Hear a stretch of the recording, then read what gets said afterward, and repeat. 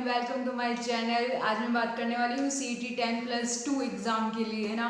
तो CET 10+2 के exam form 2 सितंबर से स्टार्ट होने जा रहे हैं, जिसके लिए आई होप आप सभी प्रिपेयर हो गए। और जो भी इंटरेस्टेड है या इंटरेस्टेड नहीं है कि हमें 12th लेवल की वैकेंसीज़ के एग्ज़ाम फॉर्म नहीं भरने, हमें एग्ज़ाम नहीं देने, हमें कुछ अच्छा ही करना है लाइफ में, कुछ बड़ा करना है, तो प्लीज़ आप ध्यान से सुनिएगा।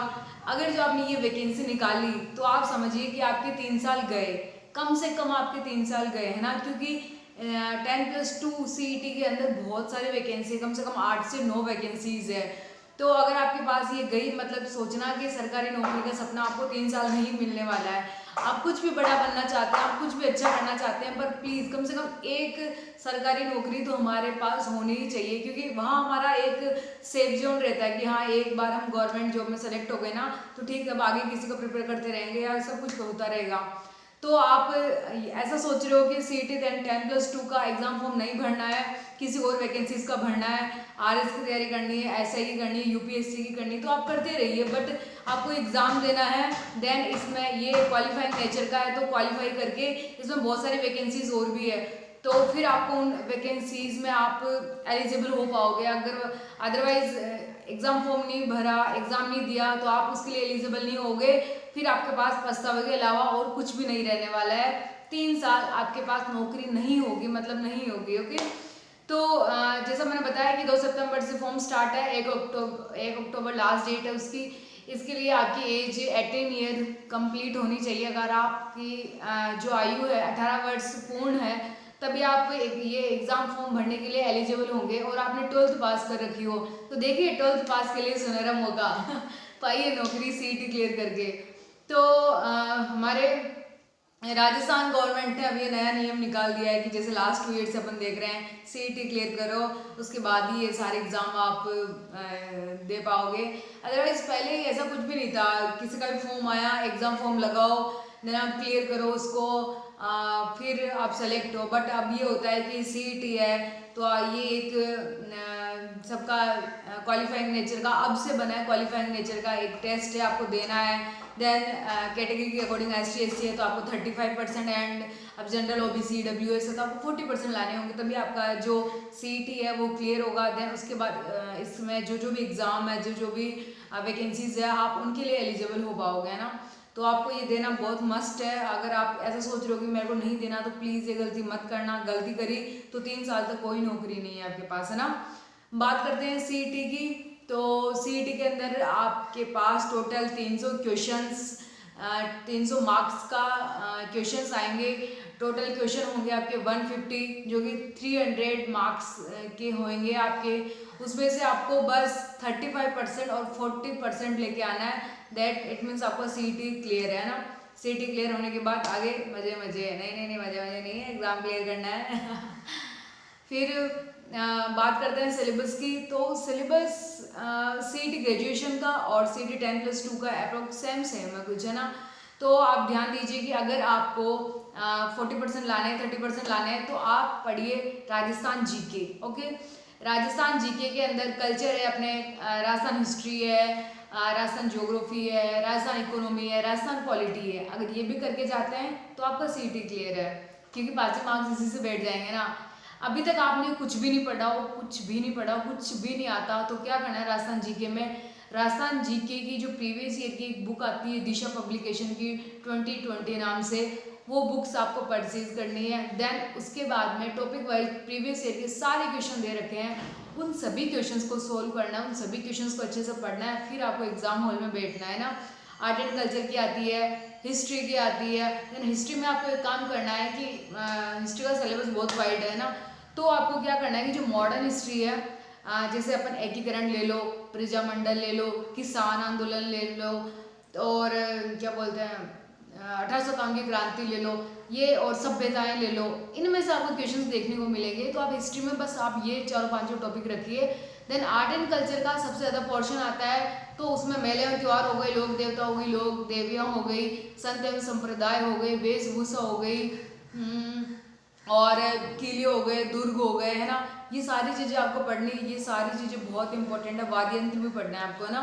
उसके बाद पॉलिटी की बात करते हैं। पॉलिटी में राजस्थान पॉलिटी की बात कर रही हूँ। राजस्थान पॉलिटी की एक चीज़ ध्यान रखिएगा, अभी जो विधानसभा के चुनाव हुए हैं अपने, वो विधानसभा को आपको अच्छे से पढ़ना है।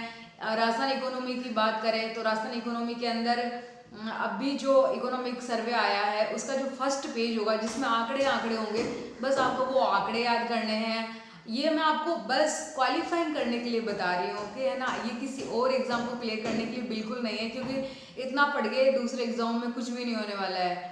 और साइंस की बात करूँ, साइंस का सिलेबस काफ़ी ज़्यादा है इसमें। तो 10th की अगर आपके पास बुक हो NCERT तो आप उसको पढ़ना, ऊपर ऊपर से क्वेश्चन आएगा, ज़्यादा डीप नहीं पूछता CET में। 10+2 वाले में ग्रेजुएशन में ज़्यादा डीप जाता है, बहुत ज़्यादा डीप चला जाता है ना। तो आप साइंस के लिए कीजिए। एंड रीजनिंग और मैथ का सिलेबस है थोड़ा, मैथ आप क्लियर अगर कर लोगे तो बहुत अच्छा रहेगा, क्योंकि आगे भी आपके ये काम आने वाली है ना।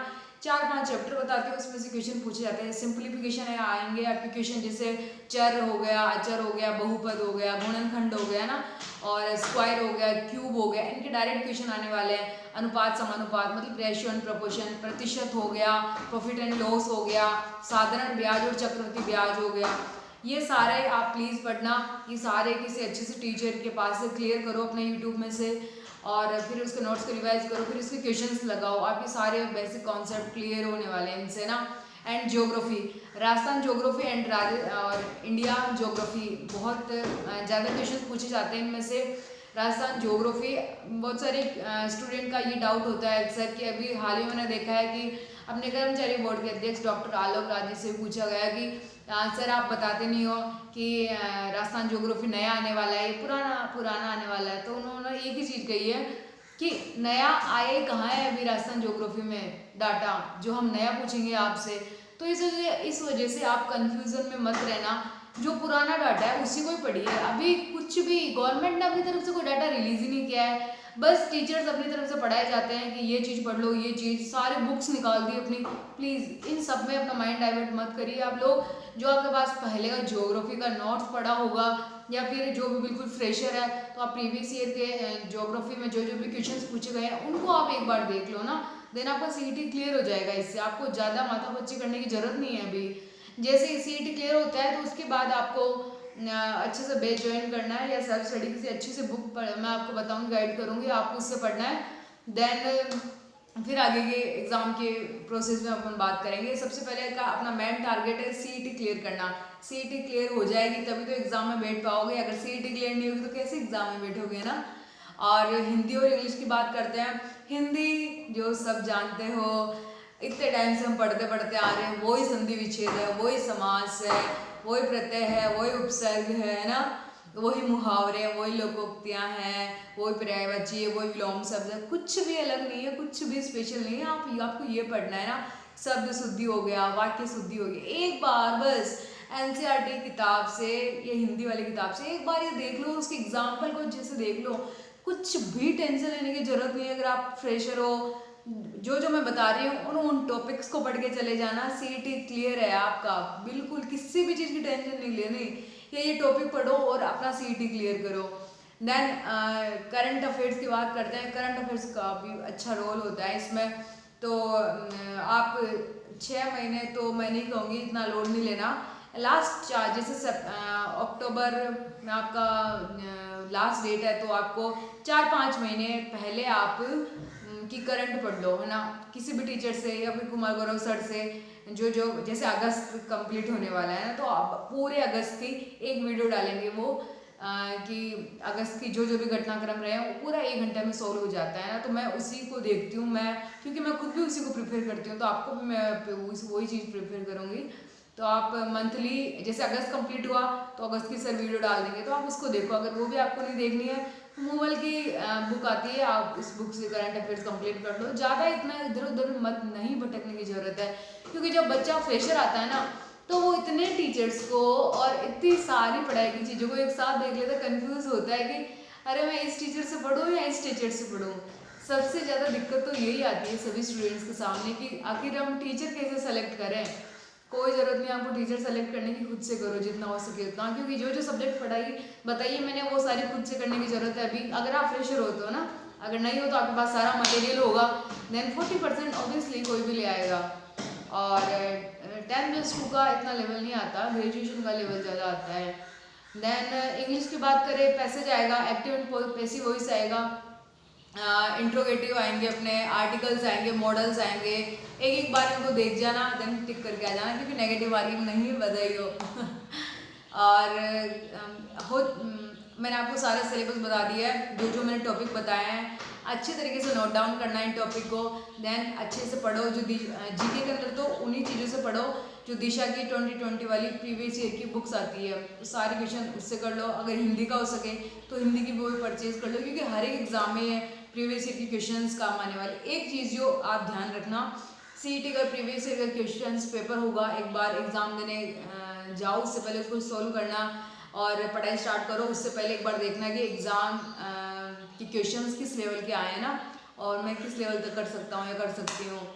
देन यही है, और तो कुछ ऐसा कुछ खास नहीं है। CET 10+2 इतना ज़्यादा सोचने की ज़रूरत नहीं है, क्योंकि सोचने का ज़रूरत तो तब पड़ता जब CET में ओनली 15 गुना पास करते। अब तो ये मतलब कि बहुत अच्छा मौका है आपके पास सिलेक्शन लेने का, बहुत ज़्यादा अच्छा, क्योंकि 15 गुना जैसी चीज़ रही नहीं है। 15 गुना को हटाकर फ्रेशर को भी मौका मिल चुका है, और जो काफ़ी टाइम से तैयारी कर रहे हैं उनको भी मौका मिल चुका है। तो निश्चिंत रहो आप लोग, और जो जो मैंने टॉपिक बताए उन पर फोकस करके आज से तैयारी करने लग जाओ। अभी बहुत टाइम है आपके पास, तैयारी करोगे तो सब कुछ आसान है, सब कुछ मिल जाएगा एक दिन, देखना।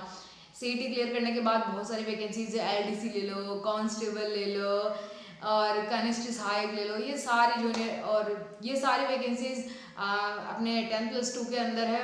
इन सभी वैकेंसीज के बारे में बाद में बात करेंगे। सबसे पहले मेन टारगेट है CET क्लियर करना, तो आप ये सारे टॉपिक अच्छे से पढ़ो। देन